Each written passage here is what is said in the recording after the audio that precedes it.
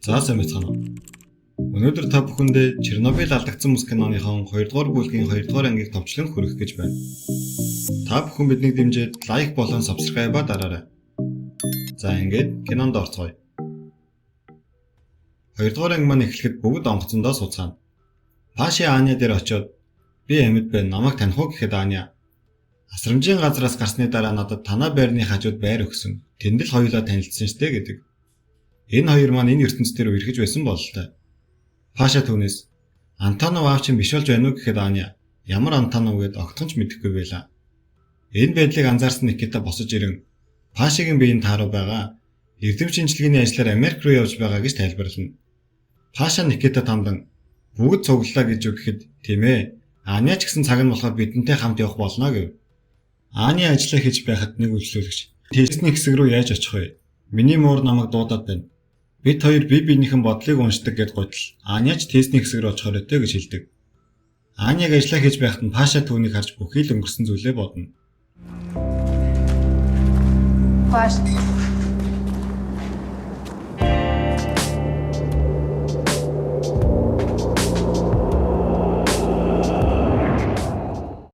Онгоц ч хөрлөө. Паша Никита хоёр босоддоо нөхцөл байдлыг ойлгохын тулд өнгөрсөн рүү буцах боломжтойг тайлбарласан бичлэгийг үзүүлв. Гэтэл Гёша ерөөсөө итгэж өгөхгүй тэднийг бодлоо бичлэг үзүүлээд байна гэж боддог. Гёшач Настятай нөгөө хүсэж байсан зүйлийг хийхийг хүснэ. Энэ үеэр харин тэшинд нэг хүн яваад байх шиг байдаг. Занхий яваад байгаа юм бол доо дараа нь очир нь олдох хаа. Гэтэл онгоц гин чичирч бүгд суудлаас сун хүчил төрөгчийн маскыг зүүцгэнэ. Паша нэг сэрэд хартал хажууд хүмүүст нь байхгүй зөвхөн найзууд нь л үлдсэн байлаа. Тэр найзуудыгаас сэрэж Аня хүмүүсийн тээшийг шалгаж үзтэл бүх хүмүүсийн тээш нь байж байх нь тэр. Манайхэд хүмүүс хайцсныг гайхаж яагаад бүгд ухаан алдснаа ч ойлгосонгүй. Аль хэдийнэ 6 цаг өнгөрсөн байдаг. Тэд онгоц яаж нисэж байгааг гайхтал Аня автомат нислэгээр нисэж байж болно. Мөн онгоц хөөрж газардаж болно гэдгийг хэлдэг. Аня төвтэй холбоо барих гэсэн боловч чадахгүй л байлаа. Бүгд стараалттай бодох хэрэгтэй гэд эхнээс нь бодтол тэдний хүчил төрөгчийн маск нь нойрсуулах үйлчлэгээтэй гэдгийг Насти ойлгоод багада хагалгаанд ороход ингэж унтулж байсан гэдгийг тэдэнд хэлдэг. Хүмүүс хайчсан юм болоо гэж бодтол онгоц газарчхаад дахиж хөрсөн гэдгийг манайхэд бодож олно. Гёшач энэ хинбэ? Хийн бүхнийг хийгээд байгаа юм бэ гэтэл Паша. Би хэлсэн штэ Костенко хийгээд байна. Тэр маш аюултай. Тэр онгоцны хаа нэгтэй байгаа гэтэл Гёша. Манай аавыг намын хорооны дарга болохоор намайг барьцаалаад аваас мөнгө нэхүү гэдэл. Яандаа энэ Гёша. Гэтэл хаа нэгтээс нэг муур гараад ирэв. Аня нөгөө муураа яриад байсан хүнийг сандаг. Яг тэр үеэр тэшний хэсгээс хүний дуу гараад байсан болохоор Аня хүмүүсийн цонхыг ухаж Ляша Паша хоёрт гутга өгөн тэр хоёр тэшний хэсгийг шалгахаар явна. Паша Ляша хоёр доош буун тэшний хэсэг рүү ортол нөгөө муураа яриад байсан хүн байдаг. Паша тэр хүнд өөрсдөө тайлбарлаж хамтдаа хүчээ нэгтгэхээр болцгов. Тэр хүн би муурныхаа араас явж байхад онгоц маш хүчтэй чичирсэн.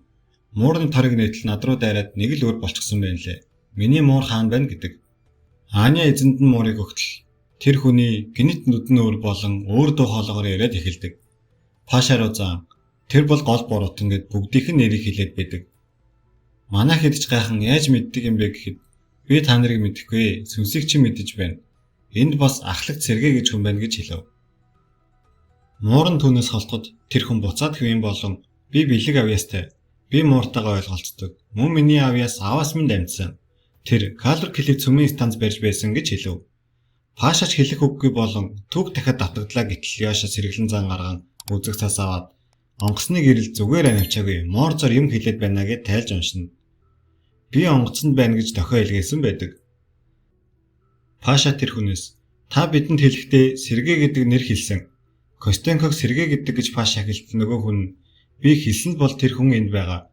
Би нэг л зүйлийг мэдэж байна. Тэр хүн яг одоо алхахын тухай бодож байна гэж хэлтэл онгоц хэсэг дайвалзаад зүгээр болтол бундуу гардаг. Киноны сцен солигдож энэ явдлаас 7 цагийн өмнөх үйл явдал гарна. Онгоц аюулгүй буултгийн бүх зорчигчтой онгоцноос болгодог. Гэтэл нэг цэргийн ахмад юу болоод байгааг мөн хаан гэмтэл гарсан юм бэ гэж гайхан онгоцноос буухад онгоцны хаалга хаагдан хөдөлгүүр нь ажиллаад эхэлнэ. Ахмад онгоцыг хулгайлж байна. Засгийн газартай яаралтай холбогд гэж хэлээд онгоц руугийн хөрөхөөс өмнө арай хийж амжин тестний хэсгээр ордог. Дээш харан жолоодлогын хэсэг рүү очтол Никита онгоцыг жолоодож байх нь тэр.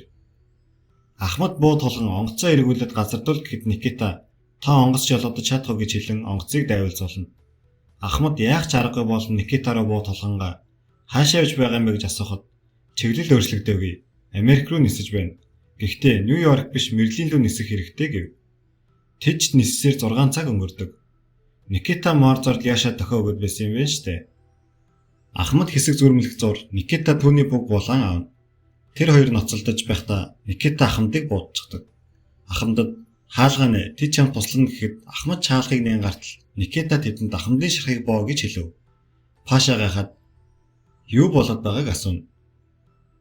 Гэтэл гэнэт хажууд нь байлдааны онгоц гарч ирэн Америкийн агаарын хүчин байна. Манай хэсэгт бүртгэлгүй орж ирсэн тул яаралтай газардахыг шаардтал Никита газардахыг огтхон ч хүсдэггүй. Пашад одоо бид цаг хожих хэрэгтэй. Буух хүртэл 15 миль үлдсэн гэхдээ зэрэгцэн сөнөөгч онгоц галны л Никита хөдөлгөөрөө унтраан сумнаас бултаж байдаг. Энэ үеэр нөгөө мууртай хүн муурахайн тийшний хэсэгт явж байхдаа муураа харахгүй гэрэл гаргахын тулд гал хасаад л хуужин ирэн нэг хөдөлгөөрийг нь ажиллагаагүй болгодог. Паша бид унаж байна. Одоо яах вэ гэтэл Никита энэ хавцаа нэг задгаа талбай бий. Тэнд газардна. Тэр газар бол онгоцны оршуулга гэж хэлв.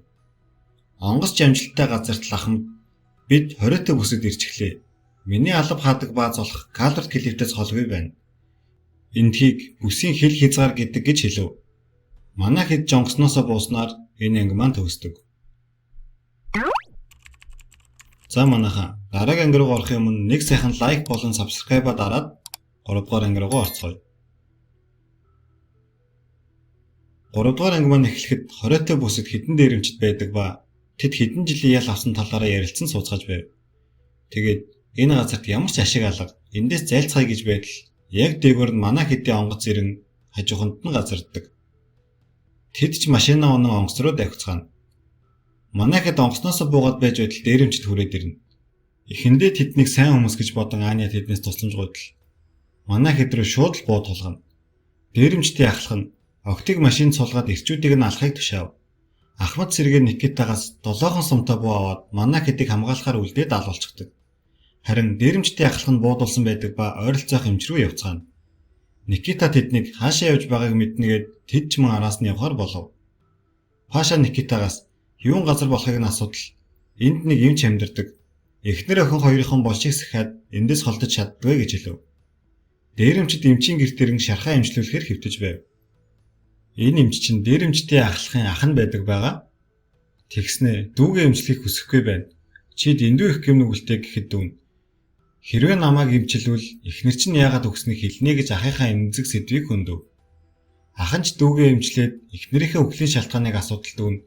Эхнэрийг нь хүчрхийлээд эхнэр нь сэтгэл санаагаар унан амиа хорлсон болохыг хэлдэг.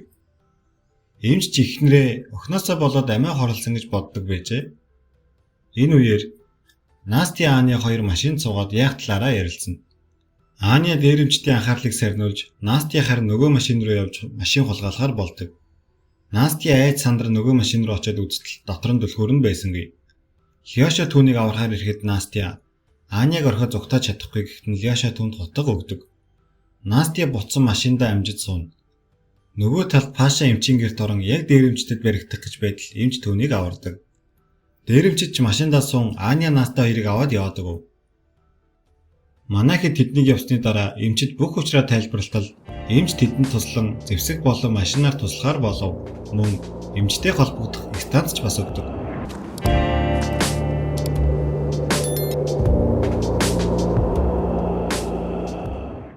Манай хэд дээрэмчдийн байрлаж байгаа газарт ирээд буудаж чадах юм байна уу гэтэл Гяша би чаднаа.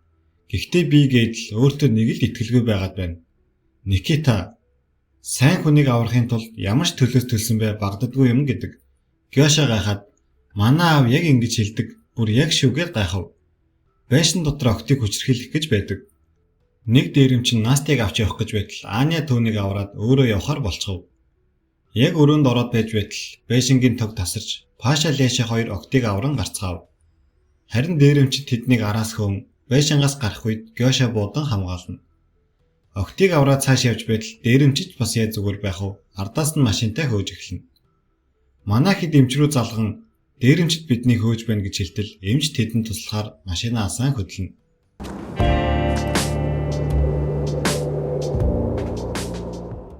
дээрэмчдэд яг гүйцэгдэх гэж байтал эмч станцаар одоо баруун эрэг гэж хэлэн өөрөө машиныхан гэрлийг унтрааж дээрэмчдийн машины урдаас нь мөрөгдөг. Энэ олон жилийн үе гашууга ингэж л тайлж байна да. Машинаасаа буун шалгатал бүгд өгсөн байв. Манай хэд цааш явсаар эмчийн гэрт буцаж ирнэ. Гёши харин Никитагийн хэлсэн үг нь аавынхтай нь яг адилхан байсныг гайхсаар л байдаг. Тэд бүгд усанд орон эндээ хоноглож маргааш өглөө нь цааш явцгаахаар болно. Аня Пашагаас бид хоёр болцоод 3 сар болсон ч чи миний мэддэг хүн биш байна гэхэд Паша тийм ээ. Би чиний мэддэг тэр хүн чинь биш. Бид хоёр бол өөр ертөнцийн хүмүүс шүү дээ гэв. Өглөөч болж тэд явхаас өмнө эмчийг охин эхнэр хоёрын дэргэд оршуулад хувцас олж өмсөн замдаа гарцгаав. Тэд явсаар Лас Вегасын жижигхэн хотод ирдэг. Нөгөө ертөнцөөр бол Припят юм да.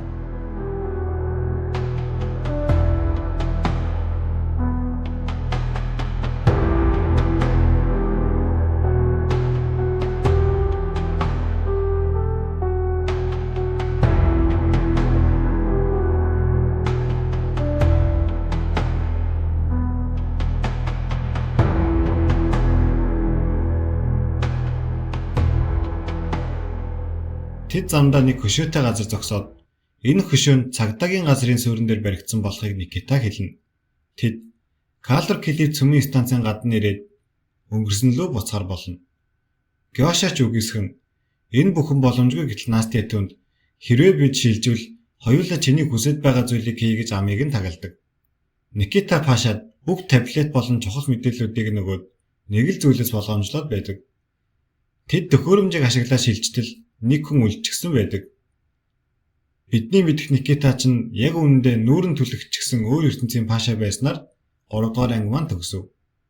Хэрвээ кино маань таалагдж байвал дараагийн ангийг үзээгээд комент бичиж үлдээгээрэй. Мөн та бүхэн таалагдж байвал лайк болон subscribe-а дараарай.